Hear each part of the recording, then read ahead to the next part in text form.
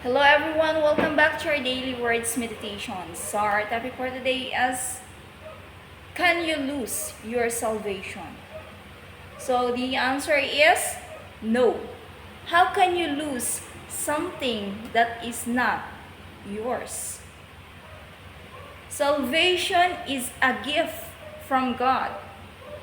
Salvation is not by works. Kung sinasabi mo na nawawala ang salvation dahil nagkasala ka, parang sinasabi mo na rin na ang salvation ay pinagtatrabahuan. So, ang salvation po ay hindi pinagtatrabahuan. Ito po ay regalo ng Diyos sa mga sumasampalataya sa Kanya bilang Diyos, bilang Kristo.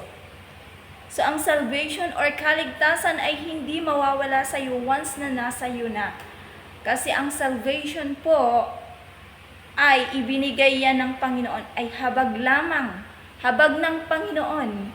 Siya ang nagbayad, nagtubos sa iyo para maligtas ka at wala kang ambag para sa kaligtasan mo. So, ayun. So, salvation is a gift. Salvation is a gift from God.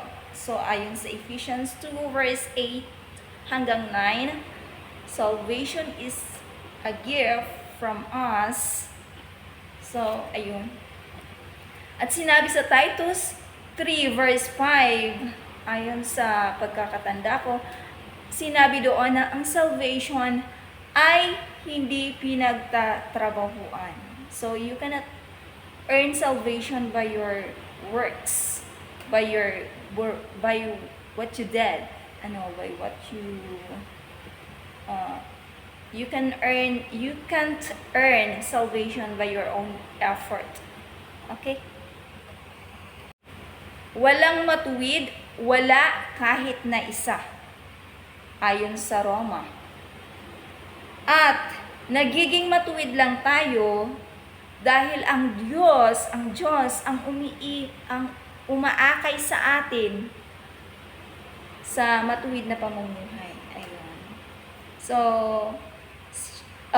si Lord ang umaakay sa atin para gumawa ng mabuti. Ayun sa Bible. No? So, ayun sa John 10 verse 28. John 10 verse 28. I give them eternal life, and they will never perish. No one will snatch them from my hand. I gave everlasting life to them. Ayun. Once na nasa Panginoon ka na, once na nasa kay God ka na, hindi ka na maagaw nino man sa kamay ng Diyos. Dahil hawak ka na ng Diyos. Nasa kamay ka na ng Panginoon, ligtas ka na. And that's all. Thank you for listening. So God bless everyone. Bye.